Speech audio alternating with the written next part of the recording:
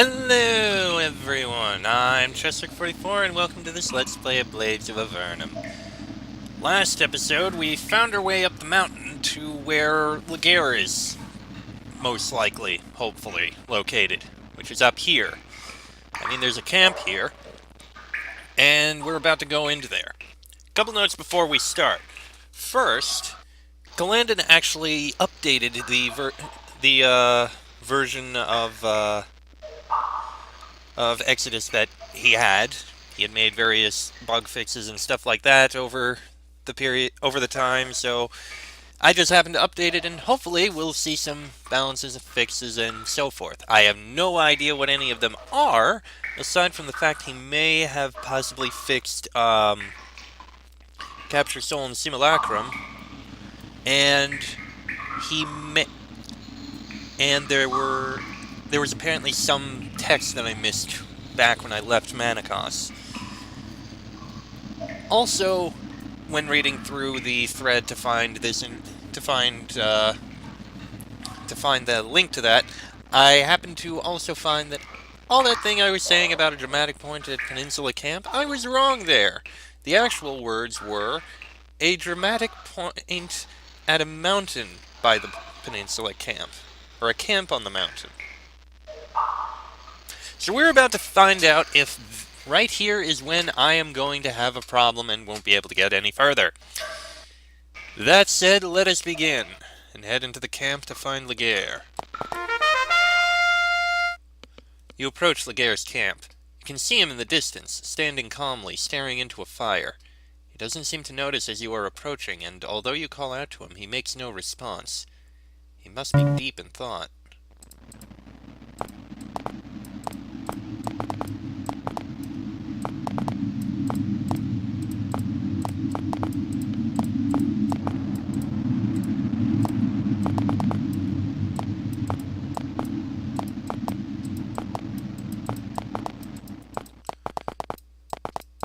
Yeah, even here, even though we're supposed to go straight out.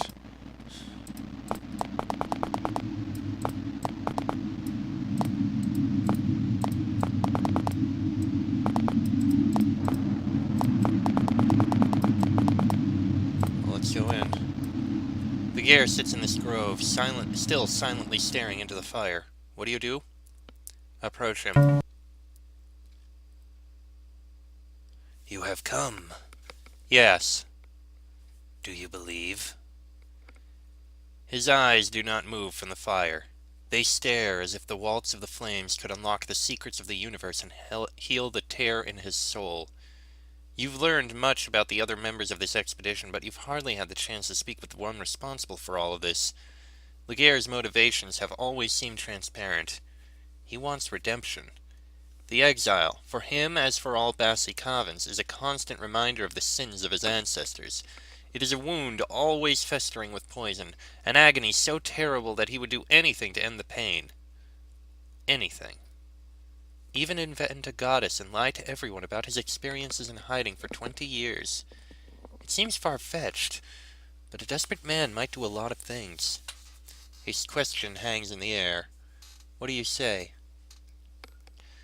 I'm not really sure. Not sure. After all you have seen, you cannot at least bear witness. Do you know what I have been doing? You shake your head. Seeing your response, he continues. I have been communicating with the goddess. I have been questioning. Yes, questioning. I have been asking her the same questions that I have been asked. He sighs, still staring into the fire. Why has no one else seen you?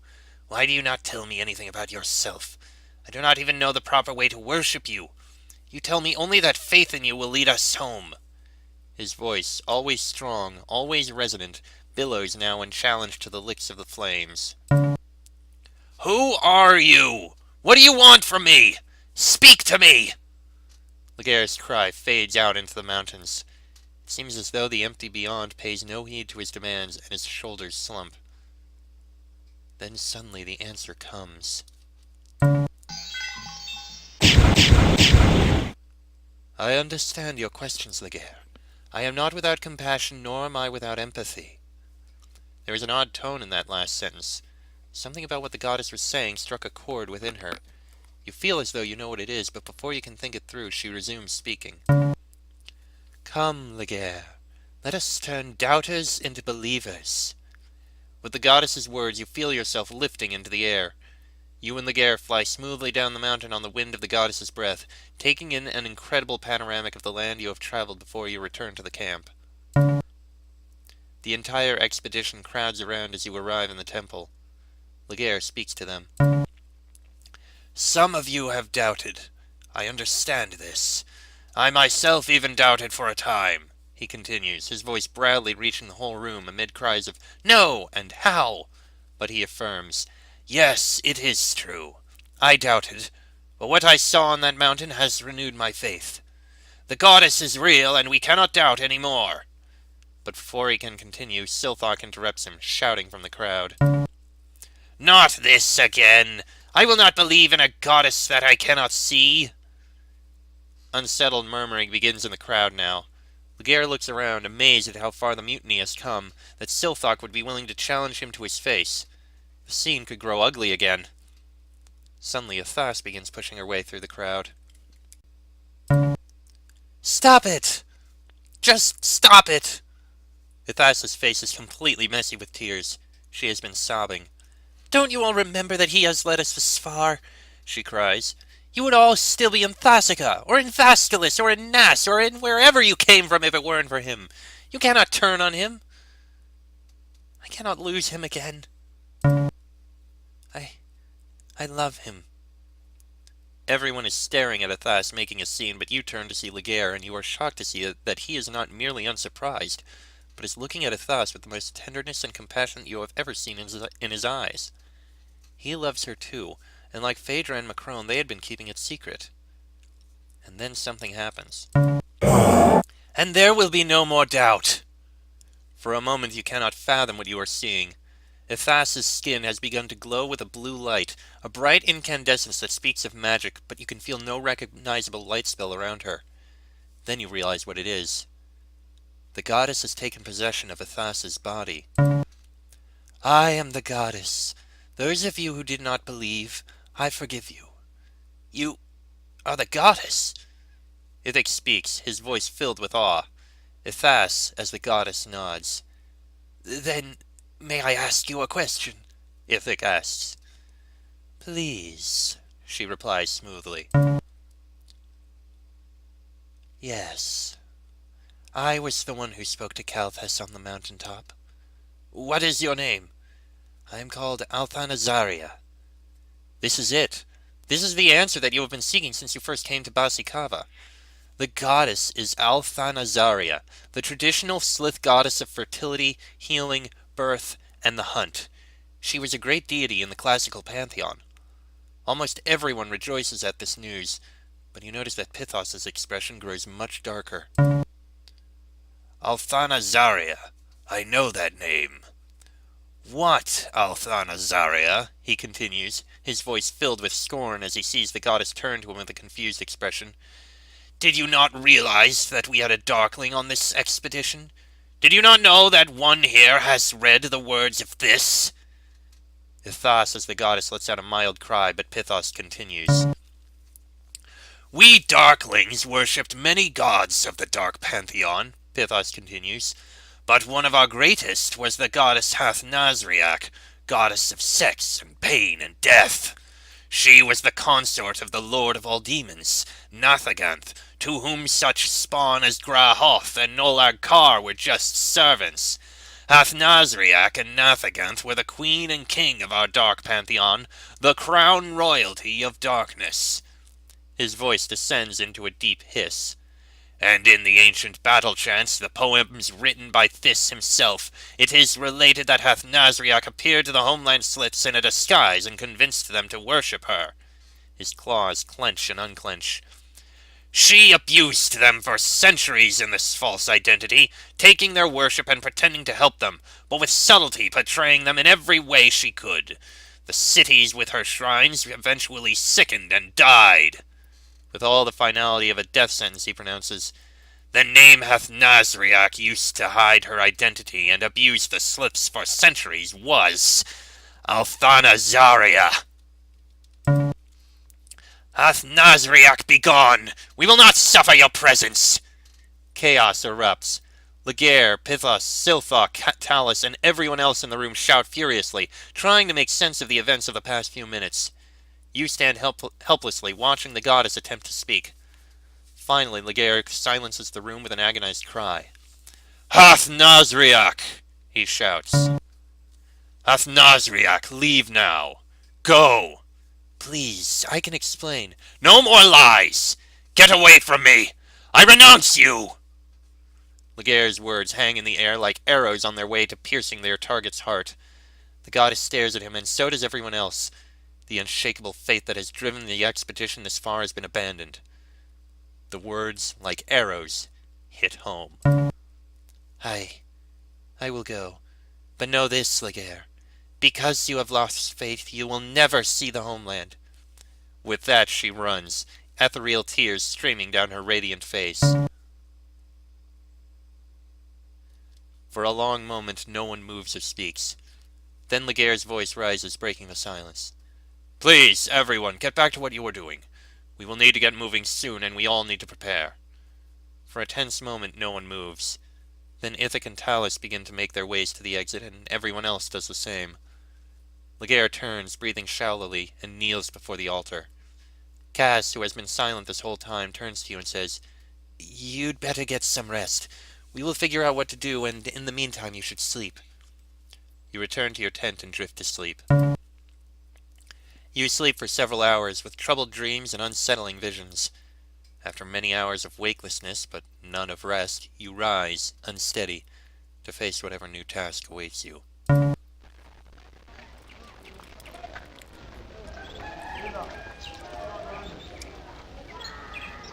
Well, that was certainly a thing that happened, and I did not expect all of that. Okay, so let's get this straight. Laguerre himself was starting to lose faith and went to the mountain to try and commune with the goddess. He finally eventually did, and spoke with the goddess, who gave her name, Althanazaria, a goddess that is much revered. But then at the height of it, Pithos spoke up and revealed that it may not have been Althanazaria, but instead someone who pretended to be Althanazaria. Athanasriach, who we have heard the name of several times in this trip.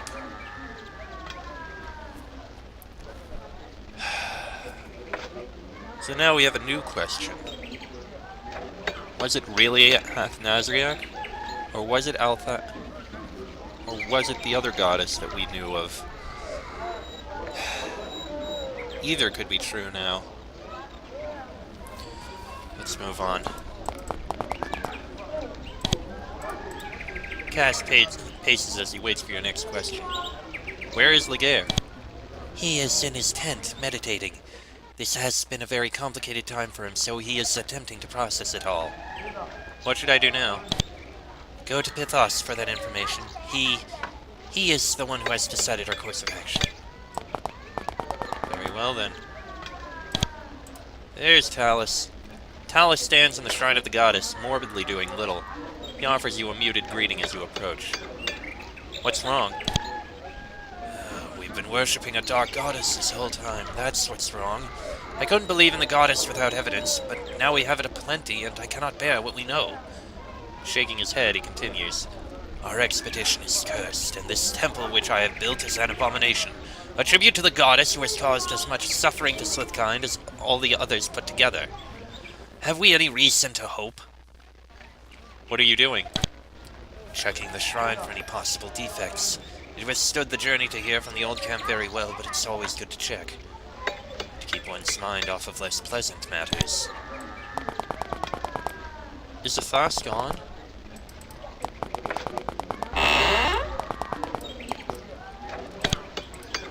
Macron still speaks into his orb. Disaster has struck us again, the worst that the expedition has ever faced. The goddess whom Laguerre worshipped was real enough, but she was a dark goddess in disguise. We fear the punishment for devil worship. The goddess is gone, but our friend Athas, whose body she was possessing, is gone with her, and we must recover her. We don't know how Ethos and the goddess were connected, or how much Ethos knew, but worries abound.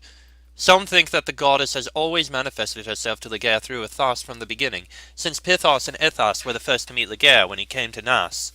However, Ligeia claimed to have communed with the goddess in Basikava. Some think that the goddess first began speaking into Ligeia's mind, but she wasn't able to see her until she possessed Ethos, sometime around the expedition arrived at Basikava. Ethos may have learned about the goddess through their connection, but maybe she didn't. Even if she did, would we blame her for not telling us? We might have been better off not knowing. Either way, all are certain that we will receive some punishment for worshipping a dark goddess. We wait now in this camp for whatever that punishment might be. Phaedra sits and smiles as she waits for your next question. Phaedra, what do you think about Ethos and the goddess? Phaedra bites her lower lip slightly. Ethos is a very good friend. She's been taking care of me. Please make sure that nothing happens to her. She thinks more, and she continues. But Hath-Nazriak was a deadly enemy of the Sliffs. I read about her in some of the pastoral poetry. She was considered the most vindictive and cruel of all the dark gods, tormenting her victims for hours or days. I don't know what to think. The goddess was good, and I have to believe that Althanazaria was, because the Sliffs did, but Hath-Nazriak was terribly evil. They just don't fit together. I can't understand it. Excuse me. The door is locked firmly and will not open. Pardon that awkward cut.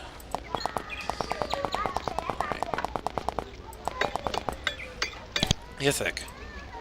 Ithic, what do you think about the goddess? He shakes his head. I'm willing to accept her story, but it all seems very strange. I don't know what to think. Silthok. So, the goddess was Hath-Nazriak. Silthok's eyes blaze with fury. I knew that Ligeia was hiding something. I smelled demons in this camp from the beginning, even if I didn't quite know who they were with. But no one believed me.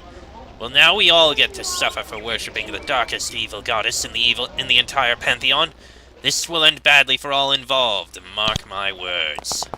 We'll find out very soon. No, not resting in the tent. Let us speak with Pythos. Pythos, what do you think about Ethos and the goddess? He shakes his head with disbelief. I am as shocked as anyone else here. I never knew why the goddess was secretive about her identity, but this makes as much sense as anything that I imagined. She was a dark goddess once, perhaps even still now. I am a believer in redemption, and if she desires to change, then it may be possible. Hath-Nazriak has lied before, though, and because of her blessing, many cities of the homeland were blighted. I would not trust too quickly. We need to save her, if only for our friend Ethas. After a moment, he adds darkly, I am not encouraged by the goddess's apparent anger at Ligeia, though. This cannot be good for the expedition. What should I do now? After much conferring, we have decided that we must find Ethas. She was our companion on this expedition, and we must help her, regardless of how we feel about the goddess. He frowns. You guess that there was some argument about that. Our scrying indicates that she has gone south. We do not believe that she has gotten far, however. The river is blocked with a maze of rocks not far from here, and we do not think that she has passed that, preferring to turn west. We need you to find her and bring her back. Do this with all haste. We fear that something may have happened to her. If we can, we will send help after you, although I am not sure what that will be. After a moment, though, he adds, we assume that she is still possessed by the goddess, but that may not be the case. If not, she may be in more danger than we have expected. Well then, let's move on. That's what we have to do then. Here's the boat we need. I guess we need to cover the rest of the river.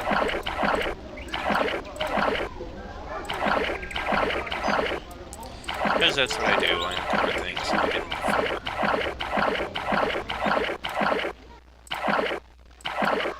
Alright. He said it's to the south. And I think I know where. Most likely in there. I've seen these rapids here, but I'm pretty sure we can't go through them.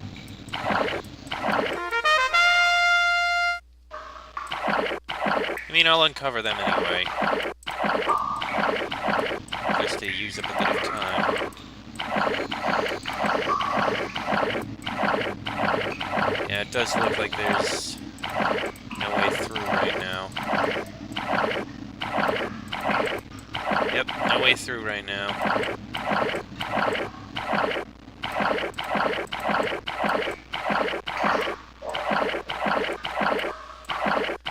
Alright then. Let's get back over to here. There it is. I'm gonna make this a shorter episode and end this one here before we go in, because I don't know what we'll find in there, and I don't want to start it only to end it in, like, just a couple minutes. So, next episode we'll go into these caves and hopefully make progress. I don't know what we're going to be dealing with. Probably demons. Actually, that could decide whether it really is Hathnazriak or not. If we do find demons in there, then it probably is Hathnazriak. But if there are no demons, and there's nothing really stopping us from getting there, it may be Althanazaria. I'll consider that to be what proves it. We deal with demons, it's Hathnazriak. That'll be in the next episode, so until then, I'm Chester44, that is Fox, Sheik, Bonnie, and Draco. This has been a Blades of Avernum Let's Play, and I shall see you all next time.